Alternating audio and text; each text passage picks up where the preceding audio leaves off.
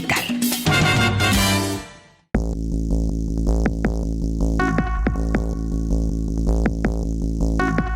Estamos dando la bienvenida, ahora sí, amigos, a Gonzalo Chávez, economista, analista, que se ha vuelto famoso por una frase, el Colchón Bank, que todo el mundo habla, autoridades, el presidente, todo el mundo ha asumido esta linda palabra que ha acuñado Gonzalo Chávez, a quien le damos ya la bienvenida para que nos comente por qué no hay dólares en el país, por qué están escaseando los dólares en Bolivia.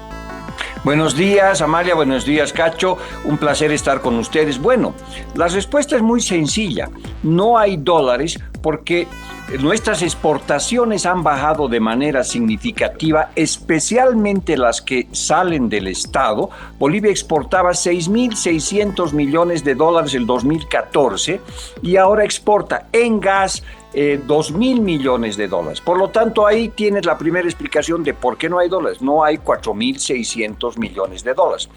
Por otra parte, lo que ha ocurrido es que también tú tenías dólares de reservas. Tenías un chanchito en el Banco Central de Bolivia, donde guardabas tus reservas internacionales para situaciones de emergencia, tenías 15.000 millones de dólares de reservas internacionales y estas han bajado a algo como ahora 1.800 millones de dólares.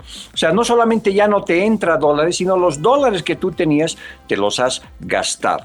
Esa es una de las razones por las que no hay dólares en Bolivia, así de simple. Y lo que ha pasado después es que después del 2014, la mayoría de los años hemos tenido déficit comercial. Eso significa más importaciones que exportaciones. Para cerrar todos estos huecos que el gobierno tiene, ha usado reservas internacionales por una parte y por otra ha utilizado el déficit público, ha gastado mucho más de lo que tiene.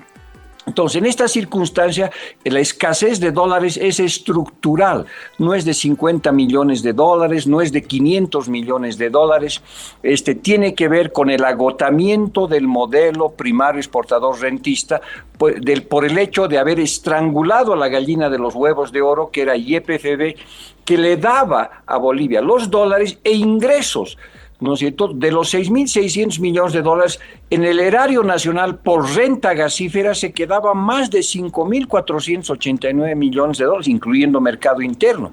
Eso ha bajado ahora a menos de 2.000. Entonces ahí están todas las razones por las cuales hay una enorme escasez de dólares en Bolivia. Es estructural, no se va a pasar. No es, el problema no es simplemente decir, bueno, la culpa lo tienen los opinadores, los asambleístas, los exportadores, ahora los banqueros, etcétera, sino entender que estructuralmente la economía boliviana ya no tiene generadores de dólares importantes que sobre todo estaban en el tema gas. El resto de sectores es muy poco. Ha crecido bastante el sector minero cooperativista especialmente. Exporta 6.000 millones de dólares en total y 3.000 de lo que es minería del oro. Sin embargo, para el Estado solo pagan 2% de impuestos. Por lo tanto, pues sus ingresos son muy bajos. Entonces no hay mucho misterio para entender que el dólar ha desaparecido por las malas políticas hidrocarburíferas, por habernos tirado toda la plata de las reservas internacionales y no tener fuentes alternativas. Y hemos entrado a la estrategia de los puchitos, ¿no es cierto? Es decir, el presidente te dice que las cosas están bien y te dice que tiene 54 millones de dólares. Bolivia necesita por año 13.000 millones de dólares de importaciones. Por mes necesita 1.000 millones de dólares. Comprenderán, 54 millones de dólares es pues moco de pavo, ¿no es cierto? El gobierno dice, bueno, ahora me tienen que conseguir dinero de los préstamos. Ahora están peleando por un poco más de 600 millones de dólares, por una sola vez. Pero faltan para el Estado boliviano, pues, 4.000, 5.000 millones de dólares. Y las fuentes alternativas, tanto de lo que iba a ser el litio, pero también de lo que pudo haber sido, ¿no es cierto?, las otras exportaciones, sustitución de importaciones, todo eso es caja chica.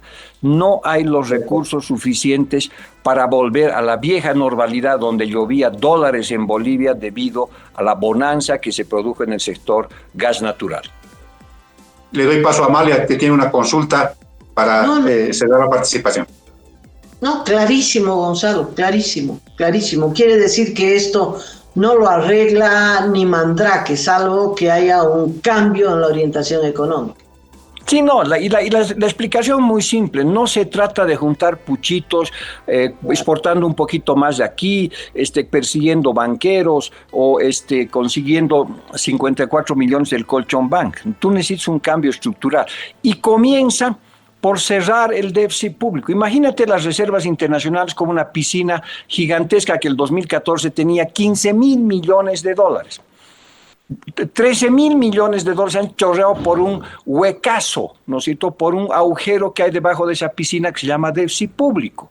Entonces, ahora querer reponer con 50, con 100, con 500, imposible, porque el hueco sigue gastando. Eso no va a pasar, es muy simple, eso no tiene que ser neoliberal, libertario o populista o lo que sea, es simplemente sensatez de una buena familia. Si no te entra ingresos suficientes, no puedes gastar más de lo que tú ingresas, y el gobierno viene gastando más de lo que tiene hace 12 años, no es una cosa de hoy día, ayer, es hace 12 años que no consigues eso. Entonces, si no cierras el déficit público, difícilmente vas a poder resolver las cosas. Ahora, a mediano y largo plazo tendrás que apostar a las exportaciones vía turismo, diversificar en otras direcciones, en fin, ya tendrás. Pero lo primero que tienes que hacer, no te puedes clavar en la piscina de las reservas internacionales de pechito cuando hay una del cosita súper delgada de agua de 1.800 millones de dólares, de los cuales la mayoría son oro, ¿no es cierto? Y en efectivo tienes 140 aproximadamente millones de dólares, que no da ni para 3 días de importaciones de diésel. Entonces, esa es la realidad de los hechos. Entonces, y no se aborda. Y el gobierno lo que hace es encontrar culpables y no soluciones, ¿no es cierto? Los culpables seguramente ya se le van a acabar en breve. Gonzalo, hay movilizaciones del sector gremial, los informales quieren un dólar barato, pero quieren dólares, sobre todo dólares. ¿Podrá resolver esto el gobierno?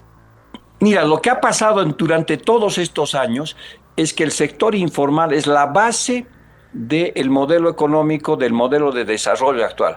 En Bolivia, Lenin estaba equivocado. No es el capitalismo, no es el imperialismo la fase superior del capitalismo, sino la informalidad es la fase superior del capitalismo de amiguetes que tenemos, ¿no? Entonces, han creado un sector sumamente grande en base a un tipo de cambio fijo que cuando había muchos dólares se lo podía mantener.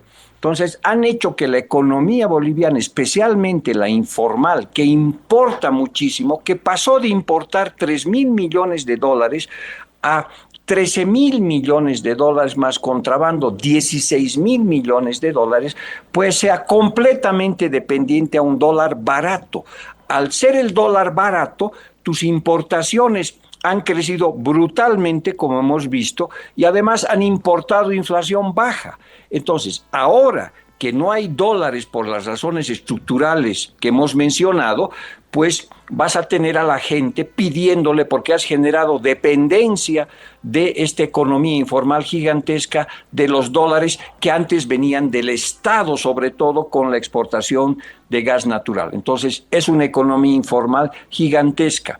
El modelo económico boliviano es un capitalismo de amiguetes sobre un mar de informalidad, ¿no es cierto?, que le ha permitido al gobierno, de alguna manera, crear empleos que ahora se vanagloria, pero de pésima calidad, en realidad trabajos muy precarios, y al mismo tiempo con un tipo de cambio real apreciado, hacer que los productos de afuera sean muy baratos. Tal vez para terminar explicaremos lo que es apreciación del tipo de cambio real. El día de ayer era día de Villazón, yo soy de Villazón, saludo a los de Villazón, y les quiero contar que en Villazón, por ejemplo, en mis épocas, cuando era joven, nosotros comíamos todos los días bife de chorizo argentino, espectacular, dulce sancor y vino toro. Si vino al mundo y no toma vino toro, ¿a qué vino? Esa era la consigna.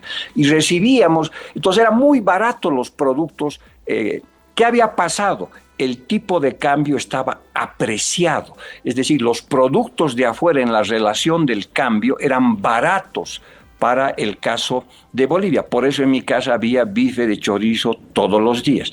Ahora, ¿qué pasó después? Resulta que había una devaluación y ahí de la noche a la mañana aparecía el bife de chorizo, pero en su versión boliviana, que es el bife a la James Bond, frío, duro y con nervios de acero. Entonces, eso impedía, por supuesto, entonces, esos son los cambios. Bolivia ha estado durante mucho tiempo con el tipo de cambio apreciado artificialmente por el gobierno, haciéndonos comer bifes de chorizo baratos, ¿no es cierto?, pero matando a la industria nacional. Bueno, Gonzalo, muchísimas gracias por esa explicación y estaremos contigo en cualquier otro momento. Muchas gracias. Un abrazo, Gonzalo. Muchas gracias. Chao. Gracias. Chao, chao.